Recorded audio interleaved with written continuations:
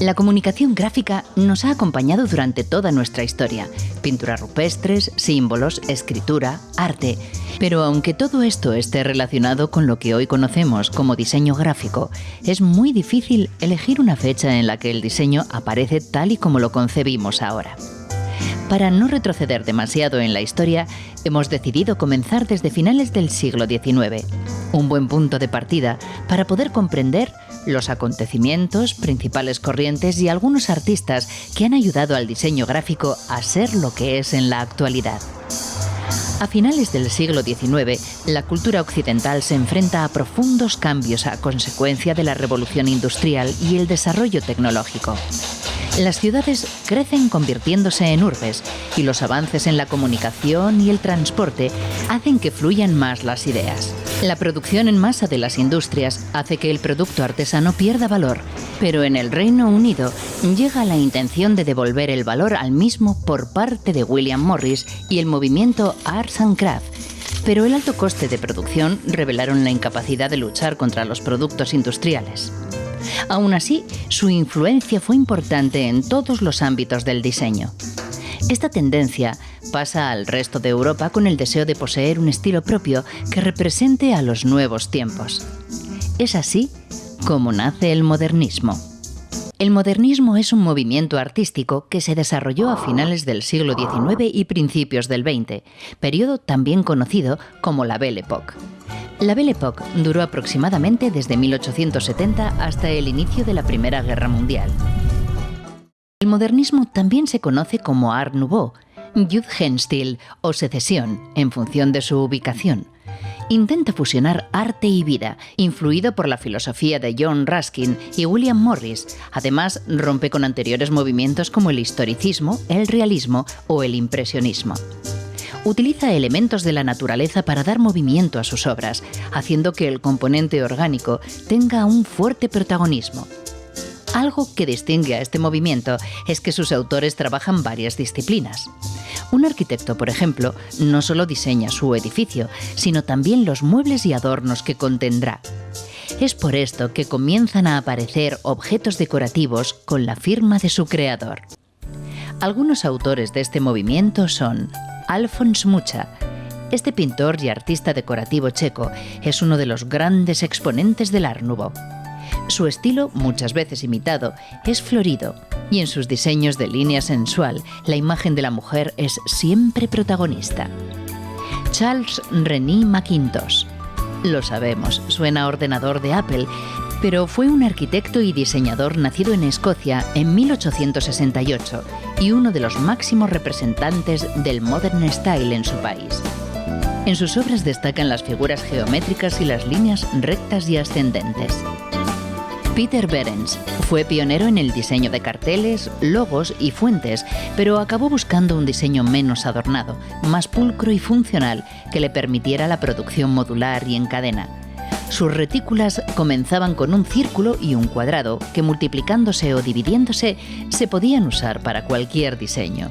El principio del siglo XX estuvo marcado por la Primera Guerra Mundial, que comienza en 1914 con el asesinato del príncipe austríaco en Sarajevo, hecho que provocó la guerra entre Serbia y Austria-Hungría, y ambos bandos fueron apoyados por las grandes potencias mundiales. Terminó con la derrota de Alemania y el Imperio Austrohúngaro y la firma del Tratado de Versalles en 1919. Este mismo año, uno de los alumnos de Behrens, Walter Gropius, fundó en Weimar, Alemania, la escuela Bauhaus. ¿Te suena?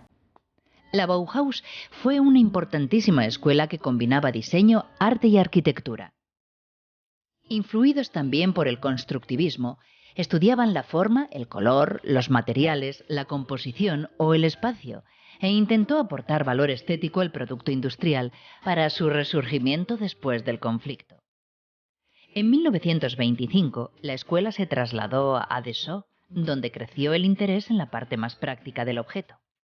La Bauhaus desarrolló principios fáciles de comprender. Se establecía una jerarquía tipográfica y se utilizaban líneas, barras, cuadrados y puntos para dividir el espacio y unir diferentes elementos, atrayendo así la mirada del espectador. La escuela cerró finalmente en Berlín en 1933. En la Bauhaus destacaron entre sus profesores grandes artistas como Kandinsky, de origen ruso, gran pintor del expresionismo y la abstracción y un teórico del color y el diseño. Paul Klee, que al igual que Kandinsky está considerado como uno de los padres de la abstracción y uno de los artistas más influyentes del siglo XX. Herbert Bayer, cuyas composiciones dinámicas con líneas horizontales y verticales fuertes e incluso diagonales caracterizaron su etapa en la Bauhaus. Creó la fuente universal, cuyo nombre implica las aspiraciones de los nuevos principios del diseño. Moholy Nagy, cuya pasión por la tipografía y la fotografía llevó a que se hicieran experimentos importantes para unir estas dos artes. Fuera de la escuela, destacó El Lisinski, que estudió, innovó y experimentó con nuevas formas de expresión, tanto en la tipografía como en la fotografía y en el fotomontaje, y su influencia en la evolución del diseño gráfico fue crucial en los primeros momentos del movimiento moderno, manteniéndose vigente hasta la actualidad. Al mismo tiempo que en Alemania se desarrollaba la Bauhaus, en Francia y otros países europeos optaron por un movimiento distinto. Después de la guerra, el estilo decorativo del modernismo empezó a sustituirse por trazos más simples y rectilíneos, más en armonía con la estética plana y el menor coste de los diseños industriales. Hablamos del Art Deco. Este movimiento se dio a conocer en la Exposición Internacional de las Artes Decorativas e Industriales Modernas de 1925 en París y duró hasta 1939. Las influencias también del estilo racionalista y contemporáneo de la mencionada escuela Bauhaus. Además, la influencia del constructivismo ruso aportó las líneas duras y la solidez de las formas, así como la aparición de elementos monumentales en sus composiciones. En sus diseños aparecen las innovaciones tecnológicas de su época: la aviación moderna, la iluminación eléctrica, la radio, el revestimiento marino y los rascacielos. Estas influencias se expresaron en un mayor uso de formas geométricas y de la simetría. El empleo del color proviene del fauvismo. Esto es evidente en revistas, libros y pósters de la época. Destacaron los llamados mosqueteros del cartel. Cassandre fue un cartelista y diseñador gráfico francés de origen ucraniano.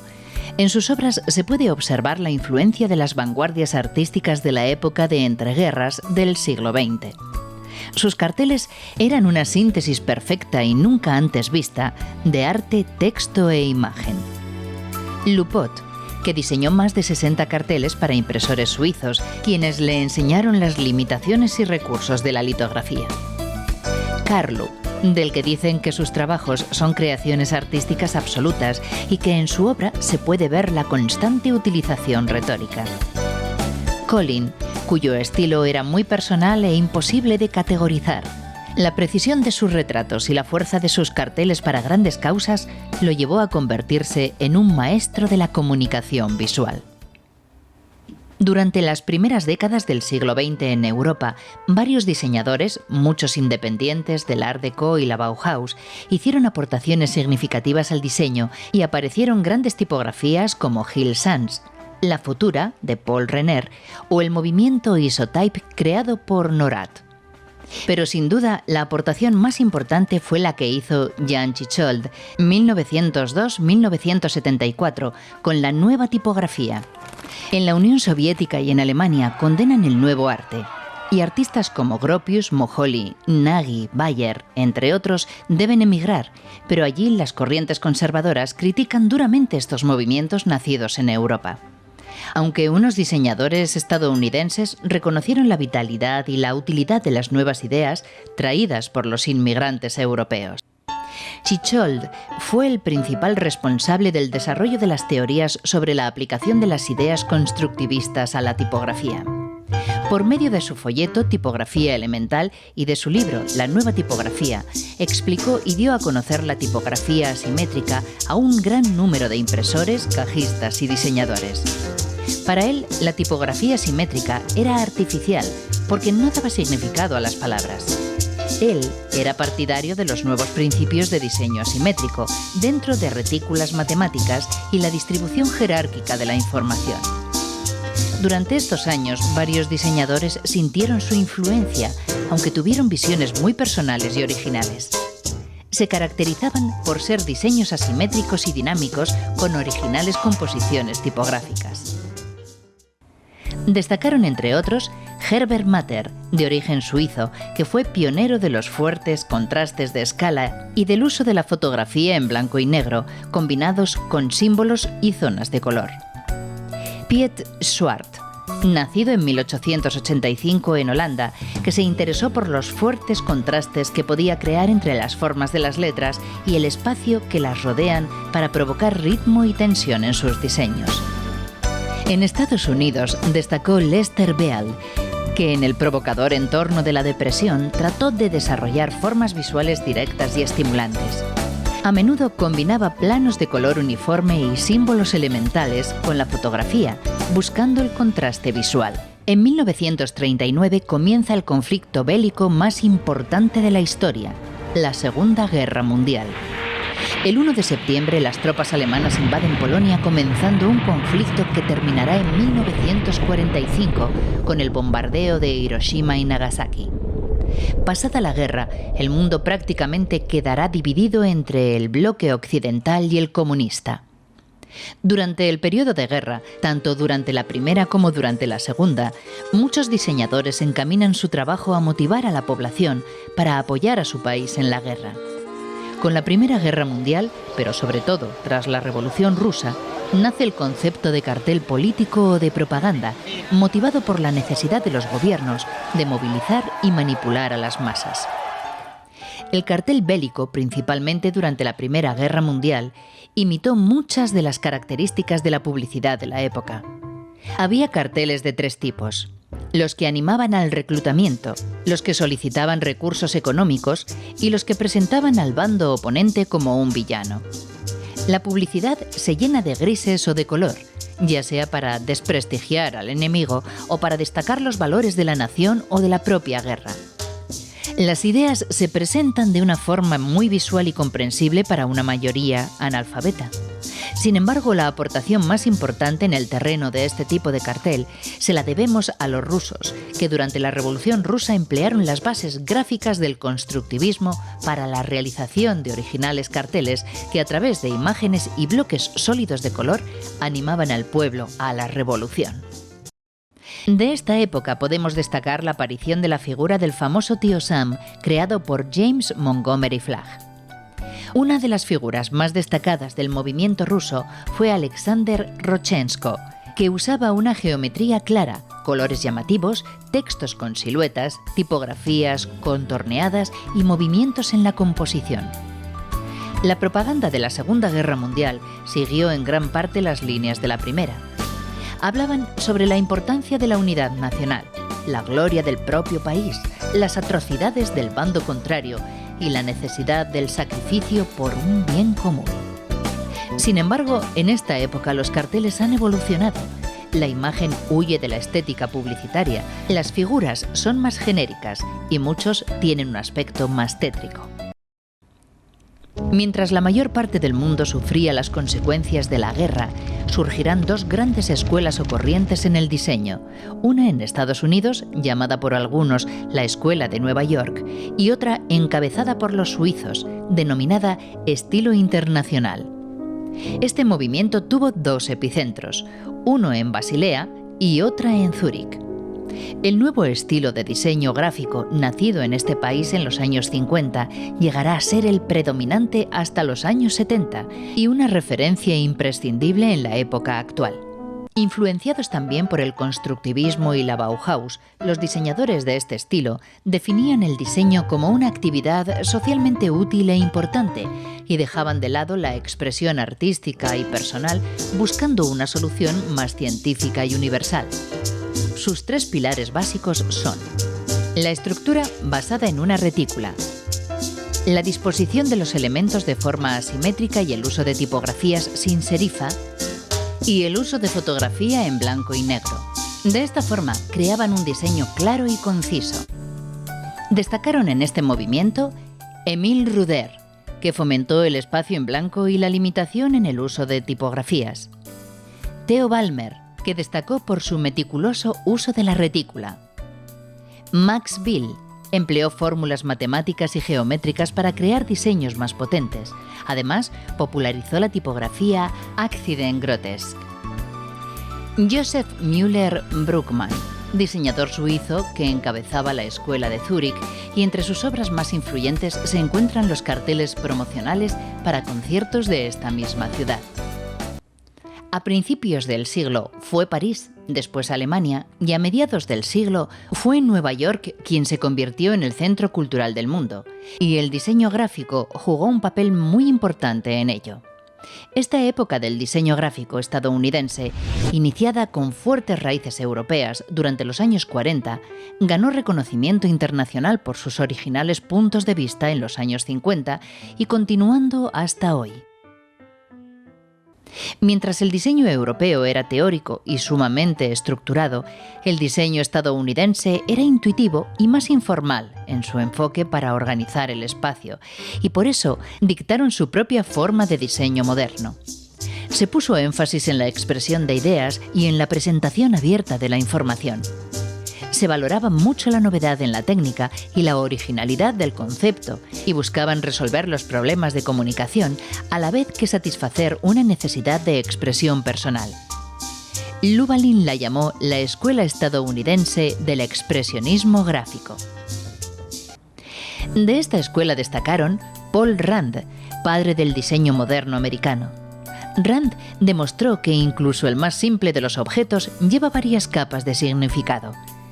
Tenía un talento especial en la creación de símbolos gráficos originales, dueños de un encanto e ingenuidad que comunican efectivamente con el público.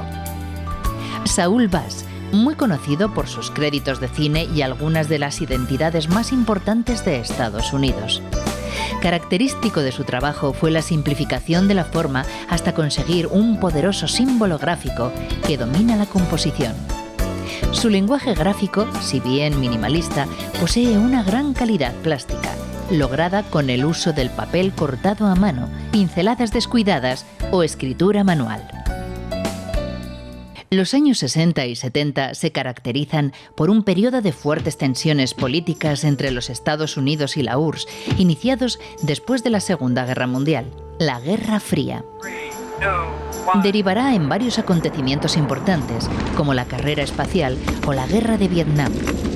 La población no aprueba las decisiones de sus gobiernos, provocando importantes revoluciones sociales y culturales en Europa y en Estados Unidos. Polonia, que pasó de ser un país independiente a ser casi destruida por los nazis durante la guerra y posteriormente a tener un gobierno comunista. Francia es un hervidero de nuevas ideas y movimientos juveniles. En Inglaterra, crisis, gran sentimiento de nihilismo y rebelión contra el sistema. Los artistas polacos buscan en sus carteles una identidad propia. Su estilo tiende en gran parte al surrealismo y tienen una preferencia clara por el collage. No buscan vender, sino que usan el diseño para promocionar eventos culturales, y los clientes son las propias instituciones. Esta libertad de acción les permite crear obras que serán de gran influencia en el resto de Europa en los años venideros, como por ejemplo en Francia. En Francia, el diseño tiene un fuerte componente político y de protesta, y su mensaje, fruto de un profundo ejercicio intelectual, pretende hacer reflexionar a la población. En Inglaterra, el ansia de libertad se manifiesta en la estética punk, que rompe con los elementos del diseño, creando un lenguaje crudo y en parte dadaísta, caracterizado por el collage y el uso de colores estridentes. En Francia destaca el estudio Grappus, que dedicó su actuación entre los años 1971 y 1991 al diseño de carteles de carácter insólito sobre temas sociales y políticos. Se caracterizaron por el uso de símbolos reconocidos en la memoria colectiva del público, combinadas de forma contradictoria con el objeto de crear un malestar en el espectador y así llamar su atención. Sus carteles de gran creatividad artística son herederos de esta libertad de acción del diseño polaco. En Inglaterra pondremos como ejemplo los carteles de Jamie Reid. Jamie Reid es un artista inglés nacido en 1947 y totalmente ligado al movimiento punk. Se caracteriza por el uso de textos a base de recortes y las imágenes provocativas en contra del sistema. Colaboró con la mítica banda Sex Pistols en la portada de sus álbumes. Y en estos momentos, ¿qué se cuece en Estados Unidos? Recordemos que nos encontramos en plena Guerra Fría y sus tropas se encuentran en Vietnam. En su país, los jóvenes crean movimientos antibelicistas y feministas y nacen nuevas culturas como los hippies y los beatniks. ¿Y qué pasa con el diseño? Estamos en una época de grandes avances tecnológicos. La televisión es el medio de comunicación por excelencia y comienza la edad de oro de la publicidad, consolidándose muchas de las grandes empresas del sector. En este periodo gana fuerza el expresionismo gráfico, que juega con la forma de las palabras para expresar una idea. Se perfeccionan las técnicas de expresión gráfica como la fotografía, la infografía o la fotocomposición, con la ayuda de los primeros programas de ordenador. Pero esto no acaba aquí. La cultura juvenil ha creado sus propios valores, su música, y esta forma de vida necesita una nueva estética, caracterizada por las caligrafías psicodélicas y distorsionadas, las formas simplificadas y el uso del color.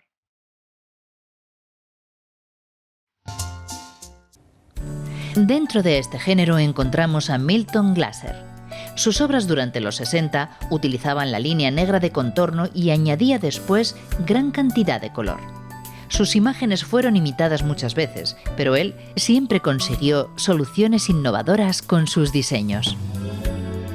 Con un estilo completamente distinto tenemos a Llewellyn, nacido en Nueva York en 1918. Fue uno de los innovadores tipógrafos americanos atreviéndose a explorar las posibilidades de la tipografía, jugando con forma y significado. A partir de los 80, los ordenadores personales y los nuevos programas informáticos gráficos ofrecieron a los diseñadores la oportunidad de jugar con la relación del texto con la imagen. La aparición de Internet supone la globalización de la información y una gran revolución en la comunicación. La sociedad de consumo que comenzó a forjarse a principios de siglo se ha consolidado y la cultura popular ya domina el campo visual. La era digital trajo consigo cambios en la percepción del espacio y la composición, abriendo paso a un nuevo lenguaje gráfico con nuevas posibilidades para la tipografía y las imágenes. En Estados Unidos, el New Wave de California, usando elementos de estilo suizo, utilizó la tecnología fotográfica y electrónica para realizar diseños más informales. Cuestiona el uso de la retícula para buscar mayor expresividad.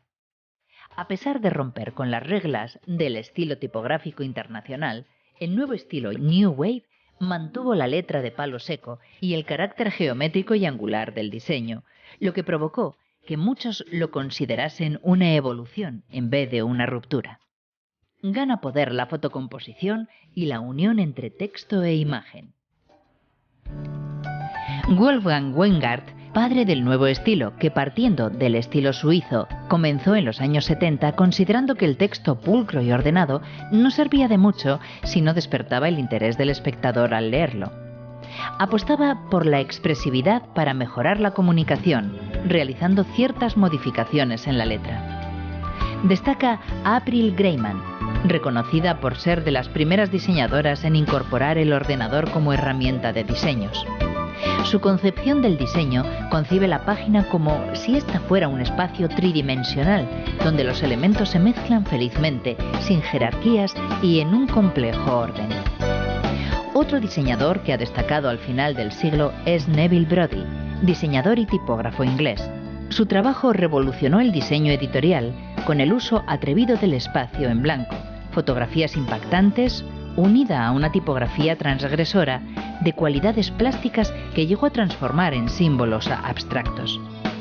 David Carson, para él, un buen diseño es aquel que provoca una reacción en el receptor, por lo que su trabajo se basa más en la intuición que en el pensamiento. Creaba páginas de escasa legibilidad, pero con composición gráfica exquisita y una estética sucia, convirtiéndole en una figura del movimiento grunge. Durante el siglo XX, los medios de comunicación adoptaron nuevas formas y cada nueva técnica aportó al diseño un control mayor sobre el proceso gráfico, facilitando herramientas para la creación de diseños innovadores y de gran originalidad. Pasados los años 80, el diseño gráfico se metió de lleno en la conciencia popular y empezó a formar parte de la vida cotidiana de la gente. La televisión, omnipresente en todos los hogares, comenzó a usar diseños para créditos de series, programas o videoclips. No se puede negar que a finales del siglo las nuevas formas de comunicación de la era digital, como es el caso de Internet, han contribuido a una rápida evolución del diseño gráfico a nivel mundial, yendo un paso más con la creación de sitios web. La era digital, que empezó en los años 80, cambió el papel por la pantalla y sobre todo la forma de relacionarnos con las imágenes o el texto, pero las bases del diseño gráfico que nos permiten transmitir información de manera efectiva e impactante son las mismas que comenzaron a escribirse 100 años atrás y que fueron enriqueciéndose a través del tiempo en un continuo y constante diálogo. ¿Qué nuevas formas de comunicación gráfica nos traerá el siglo XXI? ¿Cómo influirá en el diseño gráfico?